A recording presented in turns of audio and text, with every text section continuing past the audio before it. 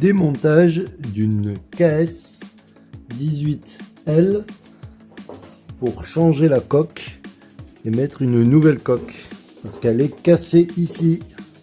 C'est cassé ici. Voilà pour un petit moment. Hein. Donc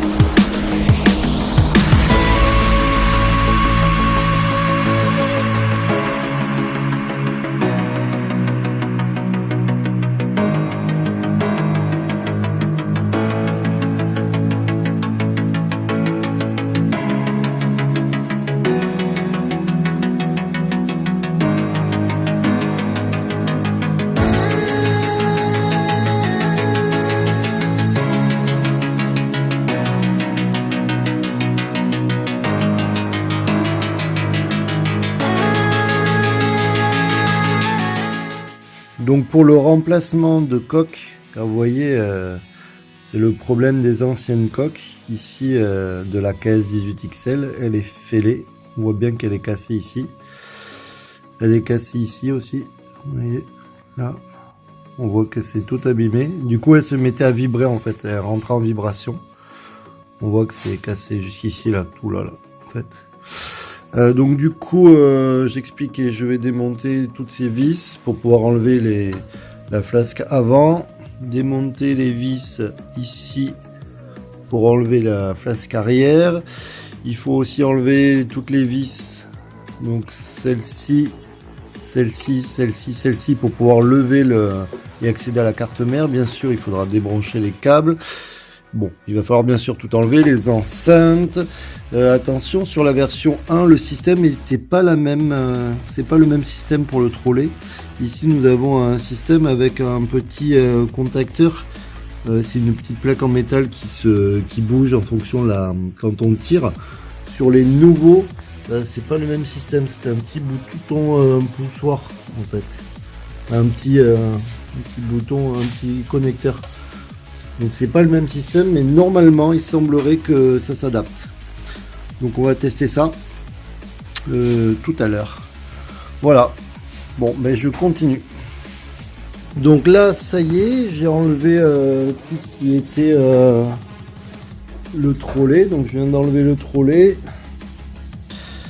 J'ai défait les vis ici, donc je vais pouvoir enlever les côtés. Donc on accède maintenant à la carte mère. Voilà. Voilà la carte mère. Donc du coup je vais dévisser les vis qui se trouvent ici là, pour pouvoir enlever la carte mère. Voilà. Donc c'est une carte mère KS 18L version 1.1. On voit, c'était les premiers modèles. Elle a 5000 km. Elle a 5000 km, vous voyez. Et elle est quand même très propre pour 5002 km, pas de poussière, rien. Ça c'était moi qui avais fait des supports renforcés puisque à l'origine ils étaient pas solides, il y en avait qui avaient cassé, du coup je les ai renforcés. Maintenant ils sont comme ça en étoile, ils sont renforcés d'origine. Ah, mise au point. Voilà, donc maintenant ils sont renforcés directement, vous voyez, en étoile. La petite astuce, attention, c'est ici, donc j'expliquais que c'est pas le même système parce que vous voyez ici une vis avec un petit système pour voir la pression qui est exercée et qui est tenue par cette vis. Sur les nouveaux, on peut pas le mettre, c'est pas tout à fait le même système. Ça y ressemble beaucoup, mais ici il n'y a plus le système pour mettre la vis et la plaque. Donc c'est pour ça qu'il faut changer de système. Donc je vais brancher ce câble là avec le nouveau système ici. On va tester, mais normalement ça va ici. Voilà. Bon ben je continue, après je vais enlever les haut-parleurs. Là il va falloir que j'ai des câbles tout pour pouvoir enlever la carte mère, la remettre de l'autre côté. Après il faut que j'enlève le moteur, je change le pneu, bref il y a un petit peu de boulot. Bon ben je continue. Donc là on a enlevé le moteur. Pour enlever le moteur, on a enlevé les 6 vis. On a débranché les câbles. Il y en a un de chaque côté. Vous voyez, hop, et un côté. Donc là, on arrive au moteur. Voilà. Système Kingsong, n'a pas de clavette. Et là, j'ai l'autre côté. Voilà. Bon, ben je continue. Maintenant, il ne reste plus grand chose sur la coque.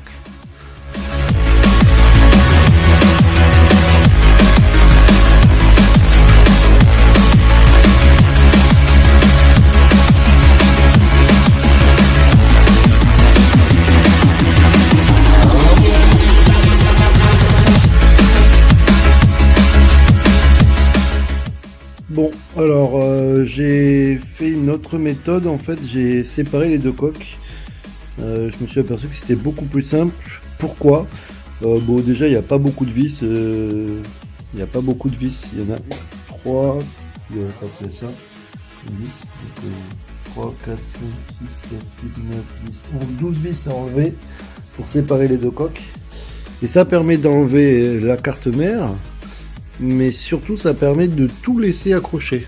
C'est-à-dire que vous voyez, j'ai tout accroché. Parce qu'il y a un truc qui est un peu mal fait chez Kingsong, merci Kingsong, c'est que d'un côté, vous voyez, là vous avez un connecteur pour pouvoir décrocher, et de ce côté, il n'y est pas. Il faudrait déclipser enlever les serre-fils pour déclipser ici.